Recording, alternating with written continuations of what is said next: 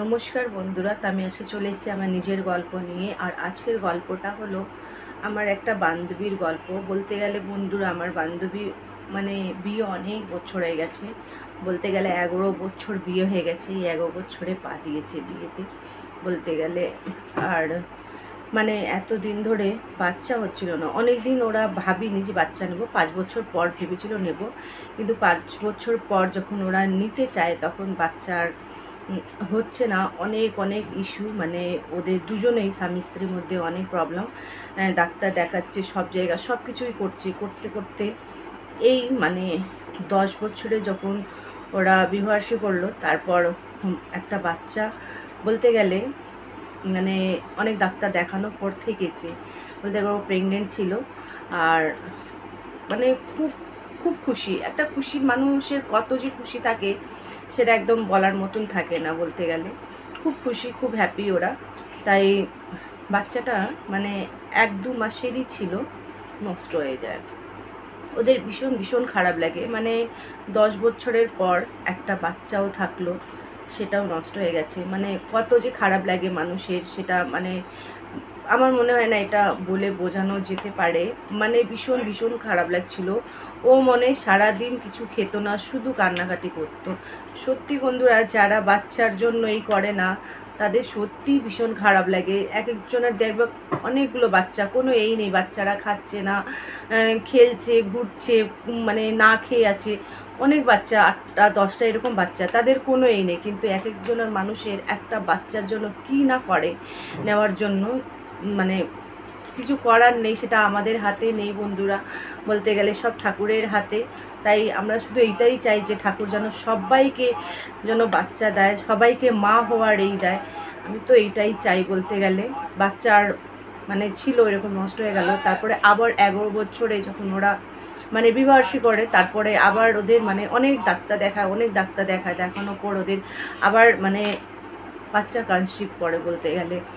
এত ভালোভাবে থাকছিল, মানে প্রথমে যেটা এইরকম হয়ে গেছে, মানে বাচ্চাটা নষ্ট হয়েছে বলে এবার ডাক্তার যা বলছে সেটাই শুনছে, যা বলছে মানে উঠতে বললে উঠবে, বসতে বললে বসবে, এরকম অবস্থা মানে ছিল বলতে গেলে। সব কিছু ভালোভাবে চলছে, চলতে চলতে চলতে চলতে হয়েছে এমন যে যখন ও 7 মাস 8 মাসে, মানে 7 মাসে পা দিয়েছে বলতে গেলে, তখন মানে ডাক্তার তো সবসময় মাসে মাসে ডাক্তার দেখাচ্ছে, করছে, ওষুধ খাচ্ছে, সব কিছুই হচ্ছে। তখন ধরা পড়ে যে ওর জন্ডিস হয়ে গেছে, মানে আমার বান্ধবীর জন্ডিস হয়েছে, এবার বাচ্চারও জন্ডিস হয়ে গেছে। সে ওই হিসাবেই ডাক্তাররা মানে ওদের জন্ডিস ওষুধ দিচ্ছে, প্লাস ওই সব ওষুধ দিচ্ছে, সব কিছু করছে। করতে করতে যখন 9 মাসে বাচ্চা ডেলিভারি ডেট, পেন হয়, তখন ব্যথাতে হসপিটালে যখন যায়, সেখানে ভর্তি হয় হসপিটালে। বাচ্চা মানে হওয়ার আগে প্রচুর কষ্ট, যেহেতু জন্ডিস, মানে খুব ভালোভাবে মানে করতে হবে যে বাচ্চাটা যেন সুস্থ থাকে, সব কিছু ভালো করে হয়। সেই রকম সব কিছু করা হলো বলতে গেলে বাচ্চার জন্য। সব কিছু ভালো করে হলো বন্ধুরা, বাচ্চাও খুব সুন্দর করে মানে হয়েছে বলতে গেলে। কষ্ট তো ছিল, কষ্ট থাকেই, সব মারাই কষ্ট। আমি মনে করি যে সবারই কষ্ট হয়। হ্যাঁ, একটু হয়তো সিজারিং হলে একটু কম হয়, নর্মালে হয়তো একটু বেশি হয়, কিন্তু পরে নর্মালে ভালো হয়ে যায় আর কি। কিন্তু যাই হোক, ব্যথা ছিল বলতে গেলে, ব্যথার মধ্যে যেইভাবে হোক বাচ্চা ভালো করে হয়েছে, ছেলে হয়েছিল। মানে খুব খুশি, এতই খুশি, সবাইকে ফোন করে করে রাত্রিবেলা মানে 6টা 7টার সময় বাচ্চা হয়েছে, সবাইকে ফোন করে করে ওর হাজব্যান্ড সবাইকে জানাচ্ছে যে ছেলে হয়েছে। যেহেতু এত বছর পর একটা বাচ্চা হয়েছে, খুশির ব্যাপার একটা, সবাইকে জানাচ্ছে। এবার কি, বাচ্চা খুব ভালো ছিল একদম, মানে বলতে গেলে জন্ডিস তো ওর ছিল, যখন হওয়ার পর ওর জন্ডিস ছিল, কিন্তু ডাক্তার বলেছিল আমরা ওষুধ দিয়ে মানে সব কিছু করে আমরা ঠিক করে নেব সেটা। যাই হোক, তারপরের দিনকে দেখা যায় যে ওর জন্ডিসের জন্য ওর শরীরটা একটু একটু মানে খারাপ মনে হয়।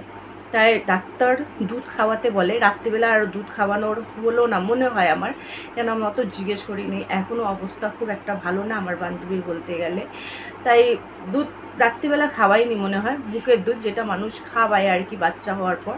তার পরের দিন ওকে বুকের দুধ খাওয়াতে বললো নার্স, তাই ও বুকের দুধ খাইয়েছে। খাওয়ানোর পর বন্ধুরা বলতে গেলে যেই বুকের দুধ মুখে দিয়েছে, দেওয়ার পর না ও দুধটা গিলতে পারিনি বাচ্চাটা, মানে গলায় নাকি দুধটা আটকিয়ে গেছে। আটকিয়ে গিয়ে সঙ্গে সঙ্গে মানে বাচ্চাটা অন্য রকম করতে লাগলো, ওকে সঙ্গে সঙ্গে মানে নিয়ে গেল মানে মানে ঠিক করার জন্য আর কি। মানে ডাক্তাররা সব ওকে মানে কী হয়েছে না হয়েছে মানে এই করছে। তারপরে হলো কি অনেক রকম টেস্ট করার জন্য এই করা হলো, টেস্ট করা হয়ে গেছে, সঙ্গে সঙ্গে সব কিছু হলো, অনেক রকম টেস্টও করা হয়েছে, কিন্তু তার রিপোর্টটা তার পরের দিনকে আসবে। মানে সঙ্গে সঙ্গে তো সব রিপোর্ট আসে না, এক একটা রিপোর্ট থাকে যে সঙ্গে সঙ্গেই চলে আসে, কিন্তু এক একটা রিপোর্ট থাকে তার পরের দিনকে বা 2 দিন পর বা 3 দিন পরও আসে। সেরকম সব টেস্ট মানে সঙ্গে সঙ্গেই করা হলো, কিন্তু রিপোর্টটা তার পরের দিনকে আসবে। আর ছেলেটা মানে দুধটা গিলতেই পারিনি, বলতে গেলে গলায় আটকে গেছে, আটকে গিয়ে মানে 2-3 ঘন্টার মধ্যেই বাচ্চাটা মারা যায়। কিন্তু মানে মানে এইটা শুনে মানে এতই খারাপ লাগছে, এতই খারাপ কি একটা মার কেমন লাগতে পারে এটা শুনে, যে ও নিজের বুকের দুধ খাইয়েছে প্রথমবার নিজের সন্তানকে, আর সেই দুধটা বাচ্চাটা গিলতে পারিনি, ওইটার জন্য ও মারা গেছে। বলতে গেলে বন্ধুরা রিজনটা এইটা তো আমরা জানি, এটাই মানে রিজনটা এইটাই, আসলে ডাক্তার যেটা বলেছি সেটাই তো আমাদের শুনতে হবে, এইটাই।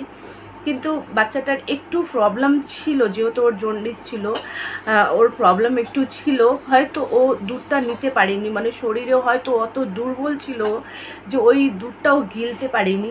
কেন সব বাচ্চারাই তো দুধটা খাচ্ছে, সব বাচ্চারাই তো দুধটা খাচ্ছে আর মানে মানে সুস্থ থাকছে বলতে গেলে, কিন্তু ওর একটু শরীরে প্রবলেম ছিল বলে হয়তো ওই দুধটা গিলতে পারিনি বলে মানে গলায় আটকে গিয়ে ও মারা গেছে। ভীষণ খারাপ লাগছে, মানে মার আমার বান্ধবীর কত যেই জিনিসটা খারাপ লাগছে যে আমার বুকের দুধ খেয়ে আমার বাচ্চা আমাকে ছেড়ে চলে গেছে, মানে আমি কেমন মা, হ্যাঁ কেন যে আমি দুধটা খাওয়ালাম, যদি না খাওয়ালে আমার ছেলে ভালো থাকতো, আমার বাচ্চা সুস্থ থাকতো, কেন যে আমি খাওয়ালাম।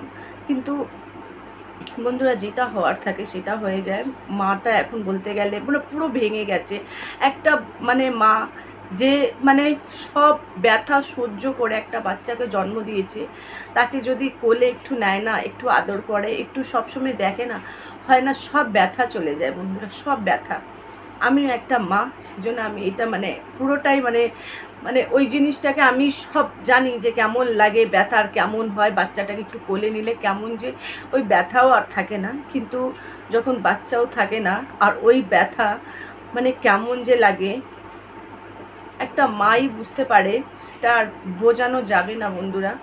খুব কষ্ট হচ্ছিল এই ভিডিওটা বানানোর জন্য, কিন্তু মানে এটা বানিয়েছি এর জন্য যে পারছিলাম না থাকতে একদম, মানে এরকম হয়েছিল অবস্থাটা, একদমই ভাল লাগছিল না, ভাবলাম আপনাদের সাথে শেয়ার করি। জানি না বন্ধুরা মানে কি কারণে এটা হলো, দুধ খাওয়ানোর জন্য ডাক্তার বললো যে এরকম হয়েছে, যাই হোক। কিন্তু এখন মাকে তো ঠিক করে থাকতে হবে, ঠাকুর ওকে আবার যেন বাচ্চা দিক, ও যেন সুস্থ থাকুক, আর ও যেন এই সব কিছু আস্তে আস্তে করেই হোক ভুলে যায়। কেন এখন ও ভুলতে গিয়েও সময় লাগছে, ও খেতে চাইছে না, সারাদিন কান্নাকাটি করে, খুব ভীষণ খারাপ লাগে এটা যে প্রথম বাচ্চা এরকম হলো, দ্বিতীয় বাচ্চা এরকম হলো, তাই মানে কেমন মানুষ ভেঙে যায় সেটা আমি যে কি করে আমি এটা আমি মানে আপনাদের সামনে আমি বলতেও আমার খুব খারাপ লাগছে যে একটা মার জন্য এটা এর চেয়ে বেশি খারাপ জিনিস কিছুই হতে পারে না। যাই হোক বন্ধুরা, আমার এই ছোট্ট ভিডিওতে আপনাদের কেমন লেগেছে অবশ্যই জানাবে, লাইক কমেন্ট শেয়ার আর সাবস্ক্রাইব করবে, খুব ভালোবাসা দেবে, আর আপনারা ভালো থাকবে, সুস্থ থাকবে, আমার ভিডিওগুলো দেখতে থাকবে। Bye bye.